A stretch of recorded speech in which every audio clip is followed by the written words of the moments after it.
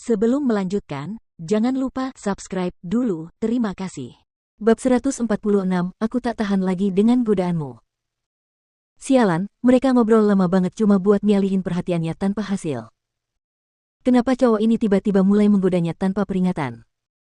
Bagian yang paling menakutkan adalah dia masih duduk di sana dengan ekspresi polos tanpa menyadari apa yang telah dilakukannya. Apakah ini yang disebut ranah rayuan tertinggi di mana dia bisa melontarkan gerakan rayuan terhebat tanpa sengaja? Ya ampun. Pikirannya begitu kacau sehingga dia bahkan tidak tahu pikiran aneh macam apa yang sedang dia pikirkan. Apakah kamu merasa tidak enak badan lagi? Melihat situasi tersebut, Lu Tingqiao langsung menunjukkan ekspresi tegang. Ningxi mengusap pelipisnya yang tiba-tiba berdenyut. Itu tidak sesederhana merasa tidak enak badan. Gelombang pasang yang kembali naik bahkan lebih parah dari yang pertama.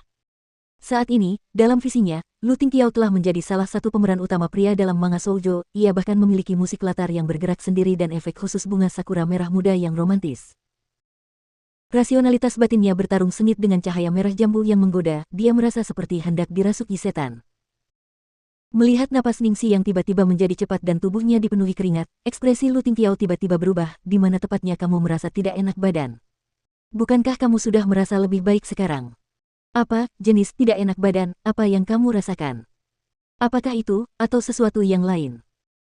Lu Tingqiao bicaranya agak canggung, karena dia baru saja teringat kata-kata yang diucapkan wanita itu, bahwa dia bahkan lebih menakutkan daripada afrodisiak. Ini mungkin pujian terbesar yang pernah didengarnya.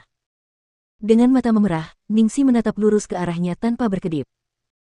Saat ditatap oleh pandangan seperti itu, Lu Tingqiao merasakan ada api yang hendak menyala dalam tubuhnya. Ningxi menggelengkan kepalanya dengan kuat dan melemparkan dirinya ke tempat tidur di belakangnya. Dia menatap langit-langit di atasnya dengan tak berdaya. Kurasa aku masih punya banyak hal yang harus kutanggung malam ini, Lu Tingqiao, jika aku tidak bisa menahan diri lebih lama lagi, ingatlah untuk membuatku pingsan. Lu Tingqiao bergumam pada dirinya sendiri, sebenarnya, aku bisa. Ningxi langsung menyela, berhenti, jangan bicara lagi. Tolong, bos besar Lu, jangan ganggu aku. Anak kecil ini benar-benar tidak tahan lagi dengan godaanmu.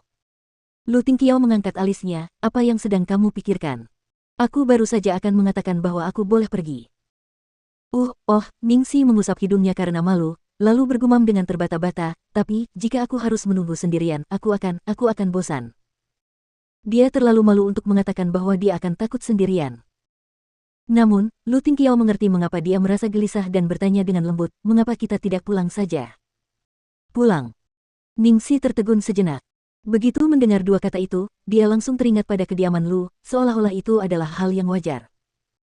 Lupakan saja tentang itu, karena saat ini dia tidak ingin menodai tempat itu dengan penampilannya saat ini.